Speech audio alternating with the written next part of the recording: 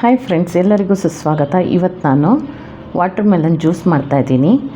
ಬನ್ನಿ ಆ ರೆಸಿಪಿನ ನೋಡೋಣ. ನಾನಿಲ್ಲಿ ಮೊದಲಿಗೆ ಒಂದು ಕಲ್ಲಂಗಡಿ ಹಣ್ಣನ್ನು ತಗೊಂಡು ಅದರಲ್ಲಿ ಅರ್ಧದಷ್ಟು ಮಾತ್ರ ಯೂಸ್ ಮಾಡ್ಕೋತೀನಿ ಜ್ಯೂಸ್ ಮಾಡೋದಕ್ಕೆ.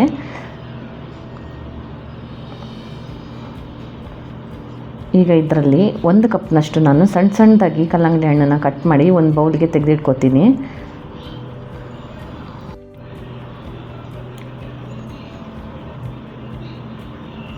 ಇದು ಕಟ್ ಮಾಡಿ ಸಣ್ಣದಾಗಿ ಜ್ಯೂಸಿಗೆ ಹಾಕಿದ್ರೆ ಅಲ್ಲಲ್ಲಿ ಜ್ಯೂಸು ಕುಡಿಬೇಕಾದ್ರೆ ಅಲ್ಲಲ್ಲಿ ಸಿಗುತ್ತೆ. ಅಷ್ಟೊತ್ತಿಗೆ ತುಂಬಾ ಚೆನ್ನಾಗಿರುತ್ತೆ.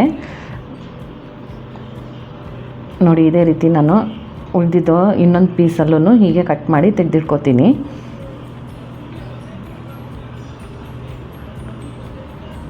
ಉಳಿದಿರೋ ಅಂಥ ಕಲ್ಲಂಗಡಿ ಹಣ್ಣನ್ನು ದೊಡ್ಡದಾಗಿ ಪೀಸ್ ಮಾಡಿಬಿಟ್ಟು ಮಿಕ್ಸಿ ಜಾರ್ಗೆ ಹಾಕೊಳ್ಳೋಣ.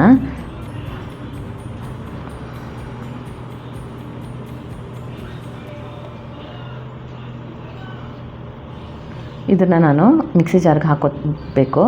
ಮೊದಲಿಗೆ ನಾನು ಇದನ್ನೆಲ್ಲ ಕಟ್ ಮಾಡಿ ಒಂದು ಪಾತ್ರೆಗೆ ಹಾಕೋತೀನಿ. ಕೊನೆಗೆ ನಾನು ಇದನ್ನೆಲ್ಲ ಮಿಕ್ಸಿ ಜಾರ್ಗೆ ಹಾಕ್ಕೊಂಡು ಇದನ್ನು ಗ್ರೈಂಡ್ ಮಾಡ್ಕೊಳ್ಳೋಣ.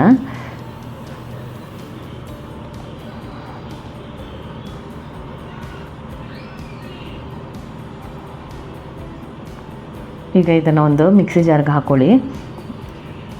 ಇದಿಷ್ಟಕ್ಕೆ ನಾನೊಂದು 2 ರಿಂದ 3 ಟೇಬಲ್ ಸ್ಪೂನ್ನಷ್ಟು ಸಕ್ಕರೆ ಹಾಕ್ಕೊಂಡಿದ್ದೀನಿ. ಈಗ ಇದಕ್ಕೆ ಒಂದು ಅರ್ಧ ಲಿಂಬೆಹಣ್ಣನ್ನು ಹಿಂಡ್ಕೊಳ್ಳೋಣ. ಕೊನೆಗೆ 1-2 ಚಿಟಿಕೆಯಷ್ಟು ಉಪ್ಪು ಹಾಕ್ಕೊಳ್ಳಿ. ಇದನ್ನು ಒಂದು ಸಲ ಗ್ರೈಂಡ್ ಮಾಡ್ಕೊಳ್ಳೋಣ. ಇದು ಗ್ರೈಂಡ್ ಮಾಡ್ಕೊಂಡ ನಂತರ ಇದಕ್ಕೆ ಒಂದು ಸ್ವಲ್ಪ ಪುದೀನ ಸೊಪ್ಪನ್ನು ಹಾಕೋತೀನಿ. ಫ್ಲೇವರ್ ತುಂಬಾ ಚೆನ್ನಾಗಿರುತ್ತೆ. ಇದನ್ನು ಹಾಕ್ಕೊಂಡು ಗ್ರೈಂಡ್ ಮಾಡ್ಕೊಳ್ಳಿ. ಇದನ್ನು ಸೋಸ್ಕೋಬೇಕು. ಸ್ವಲ್ಪ ಬೀಜ ಎಲ್ಲ ಇದ್ದರೆ ಸೋಸ್ಕೊಂಡ್ರೆ ಎಲ್ಲ ಹೋಗುತ್ತೆ ಬೀಜ ಎಲ್ಲ. ಅದು ಅಲ್ಲಲ್ಲಿ ಬೀಜ ಸಿಕ್ಕಿದ್ರೆ ಮಕ್ಕಳು ಕುಡಿಯಲ್ಲ. ಅದಕ್ಕೋಸ್ಕರ ಈ ಥರ ಸೋಸ್ಕೊಂಡ್ರೆ ಚೆನ್ನಾಗಿರುತ್ತೆ. ಈಗ ಒಂದು ಗ್ಲಾಸ್ಗೆ ನಾನು ಸ್ವಲ್ಪ ಐಸ್ ಪೀಸ್ ಹಾಕ್ಕೊತಾ ಇದ್ದೀನಿ. ಹಾಗೆ ಮೊದಲೇ ಕಟ್ ಮಾಡಿ ಇಟ್ಕೊಂಡಿದ್ವಲ್ಲ ಆ ಕಲ್ಲಂಗಡಿ ಹಣ್ಣದ ಪೀಸನ್ನು ಹಾಕ್ಕೊಳ್ಳೋಣ.